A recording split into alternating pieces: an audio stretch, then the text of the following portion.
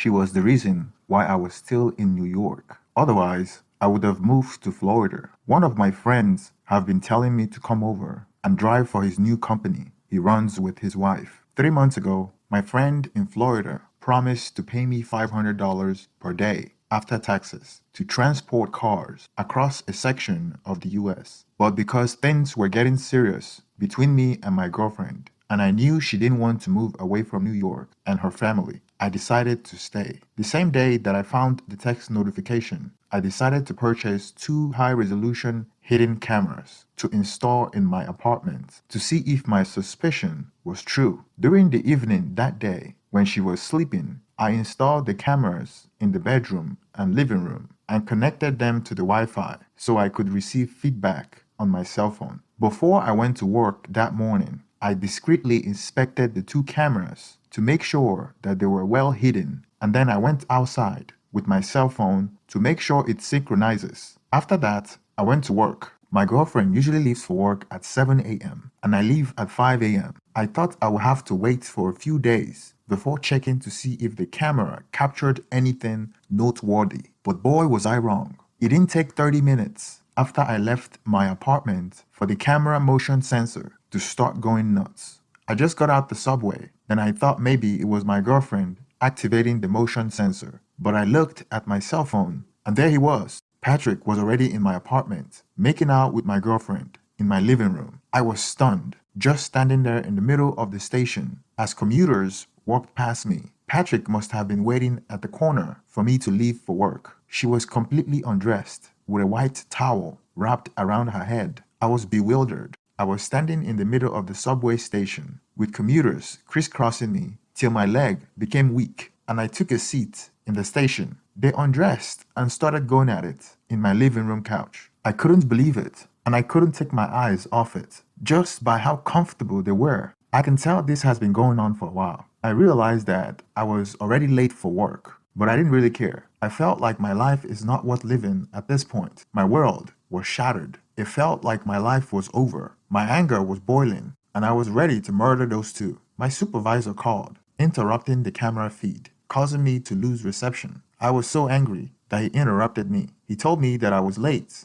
and what was going on, and threatened to write me up if I'm not there in 30 minutes. I was distrustful. I felt hopeless and angry, so much that I quit my job on the spot and hung up on him. He tried to call me a second time, but I wouldn't pick up. Before the subway arrived closer to my stop, I noticed that they were already done. I realized that by the time I reach home, my girlfriend would have gone to work because she leaves at 7 a.m. It takes her an hour to get to work. On my way back home, the adrenaline rush started to wane. It started to dawn on me how stupid it was for me to quit my job. I wanted to call back to get my job back, but I knew it may be too late. That must have been the saddest subway ride of my life. Up until that point, I didn't think my girlfriend is capable of sleeping around behind my back, not less with someone that I now consider my enemy, somebody that I did favor for multiple times. I accepted him when everybody, even his close family members, rejected him. And then he turns around and betrays me in such horrific way. How can I trust a girlfriend that sleeps with my enemy? I couldn't believe that I was going to propose to her on Valentine's Day. When I returned to my apartment, it was already around 8 a.m. I took off my work outfit and just laid on my bed,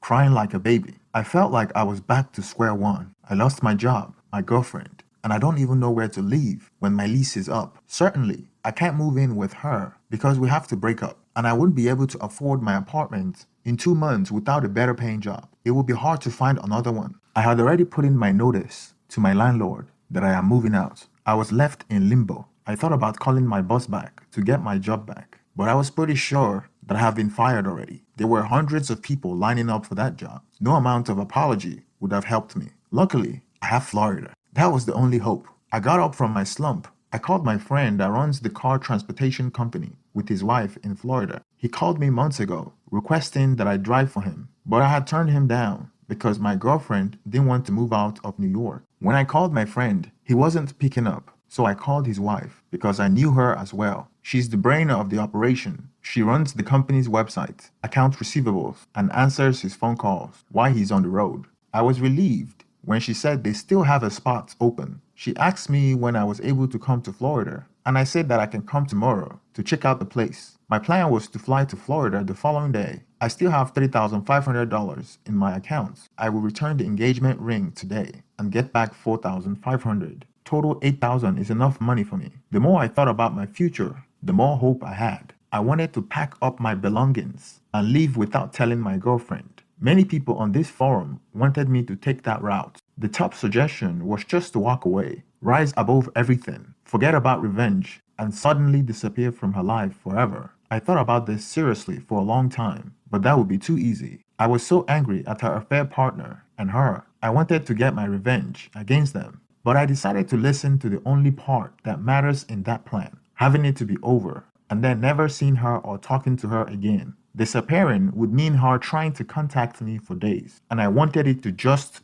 be over and see the look on her face. Believe it or not, but guys need closure too. I spent the entire afternoon alone in my apartment. I had enough time to think about my girlfriend and my former friend slash roommate did to me. So I decided that the best revenge is to keep her in the dark about all my plans and drop the news on her at the last minute when she least expect. When she got home that evening, it was tough not to lay hands on her. To me, she was dirty, nasty, and evil. I can't fathom why she did this to me. I lost all love and attraction to her, but I decided to play it cool, like I knew nothing. That night, sleeping next to her, I was wondering what motivated her to do such a thing to a man she claims she loves. She must have started sleeping with him a week after he moved in. I thought maybe it was a means to humiliate me, or she was just experimenting with a black man. That's it. The forbidden fruit. Experimenting. Maybe. I don't know. It couldn't have been anything else. Before we went to bed, I informed her that I was traveling to Florida because my company was sending me on a 4-day business trip. I told her that she should go ahead and sign the lease to the apartment without me,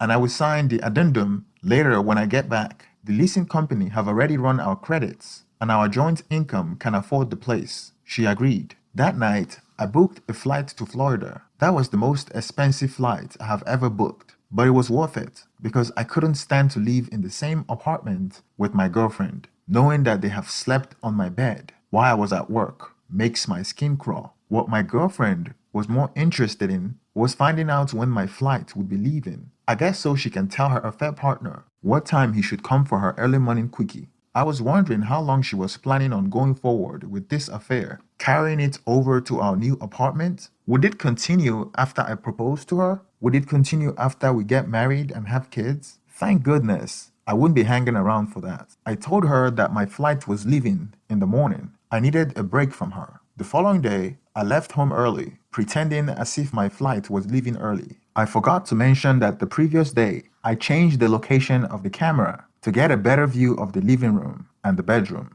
and back up the footage of them having access on my portable hard drive. Just like clockwork, as soon as I left my apartment, her affair partner, Patrick, came in and they started. The hidden camera was close enough to capture their facial expression and voice record her obnoxious loud noise, even their privates. The worst of it was that they weren't using any sort of protection. How careless could she be, risking my life? He recently went to prison. Who knows what disease he got from over there? And he's basically homeless. I was worried about STDs and planned on getting myself checked out when I arrived in Florida. Before I boarded my flight that day, I was able to get my friend to call me back, and we spoke at length about the opportunity to drive for him. I already have a CDL license, so it would only take a little training to brush off my skills. I'm not going to lie, it will be a rough job driving across the country, but I love driving, and the pay is almost 3 times what I'm currently making. That will provide enough cushion for me to think about my next move. Plus, I can buy a big house in Florida and have a big backyard.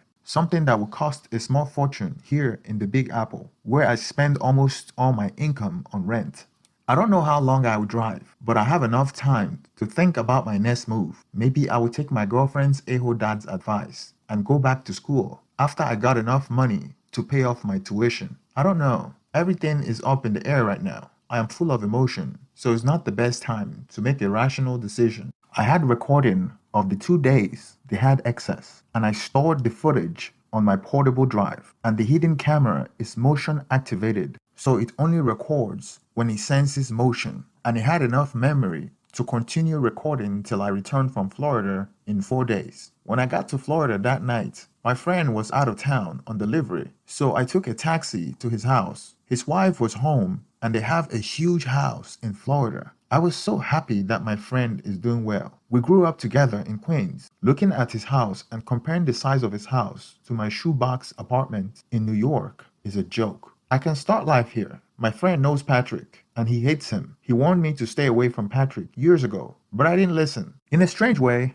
I thank Patrick for exposing my girlfriend, because if it wasn't for Patrick, it would be somebody else. Who knows? It might be another black guy that she felt like satisfying an interracial curiosity with. That evening, while I was at my friend's house in Florida, I checked the camera and saw Patrick in my house, eating my food, sleeping on my bed, having excess with my girlfriend on my bed. That was too much to bear. I was going to hold back and expose her later, after she moved into her new apartment. But watching this come back, cream pie my girlfriend, on my own bed was the last disrespect. I was in Florida, so I couldn't do anything about it. I thought about calling up some guys to beat him up, but that may turn bad quickly, and I may end up spending the rest of my life in prison. So I decided the following day that I would call her dad and give him the location of my apartment and ship overnight the keys to my apartment, along with the video recordings of his daughter getting cream pied by a black man. I bet that would get his blood pressure going. So the following morning, I made copies of the keys to my apartment and downloaded the footage of both of them banging on the USB flash drive. I same-day FedExed it to her dad.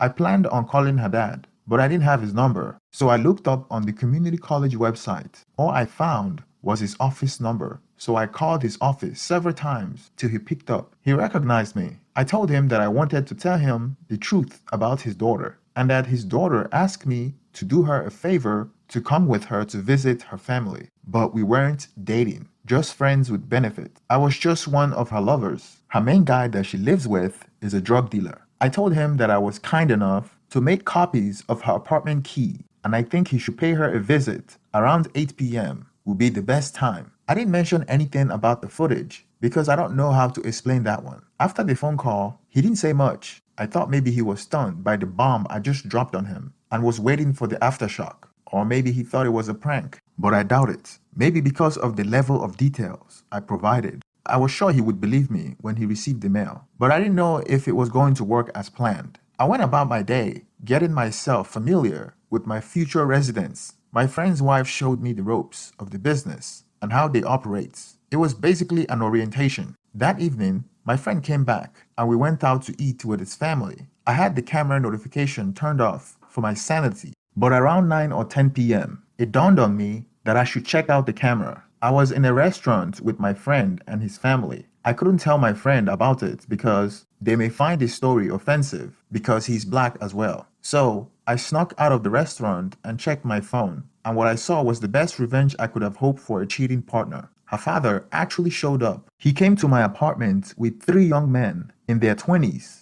I assume the men are his sons, or the sons and their friends. I rewind it back, and it appeared that it took them by surprise when they opened the door. My ex-girlfriend and affair partner were in the living room watching TV when the dad and the men walked in. Patrick had a boxer on, and my ex-girlfriend had a bra and underwear. She tried to cover up herself, while Patrick had a look of confusion on his face. Her dad started yelling at her for lying about her boyfriend and going on about how he was disappointed in her, blah blah blah. I had wished there was some kind of physical violence, but there wasn't. My ex-girlfriend wanted to say something, but she didn't get any word out. Her dad didn't let her. He called Patrick all kinds of slurs, some of which I can't mention. I saw the confusion on her face when her dad accuses her of deceiving the family and demand why she did that. The reaction on her face was priceless. She didn't even know where to start, and I was laughing my butt off the entire time. I couldn't imagine anything more satisfying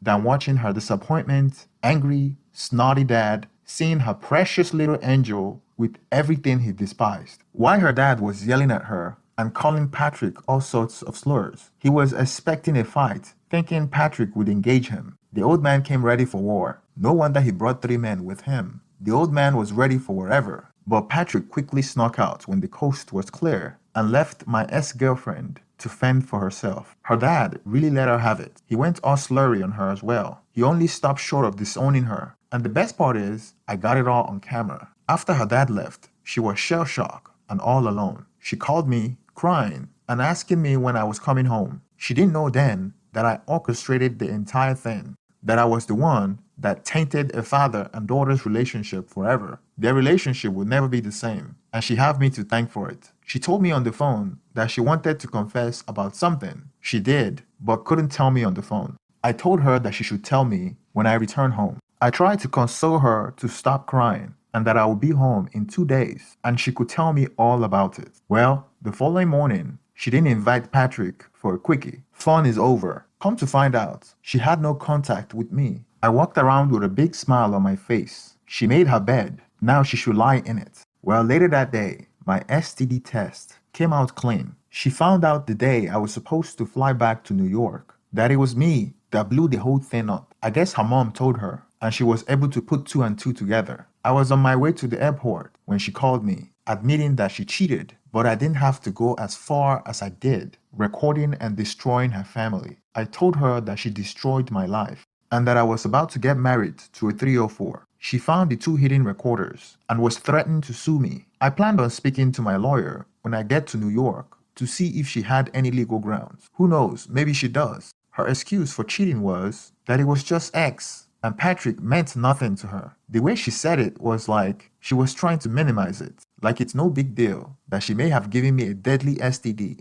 because she was doing both of us without protection, like I should get over it. I told her that our relationship is over, that we are done, and that I'm coming back to New York to pick up my belongings and move to Florida. She threatened to sue me for invading her privacy and revenge PORN, but I told her to go to hell. My only regret was that I should have let her explain to me how the relationship with Patrick started. I am guessing it started about a week after Patrick moved in, but it would be nice to hear it from her. I am currently living in Florida now, shipping cars across the southern parts of the country. Sometime I venture up north. The last time I heard about my girlfriend, she finally found a roommate. Her relationship with her dad is still shaky, but I don't have any detail on that. I haven't heard anything about Patrick since then. Maybe he's back in jail. I don't know, and I don't care. Thank you for watching to the end of this video. Please don't forget to like and subscribe. And also please don't forget to write your opinion on the comment section. Thank you and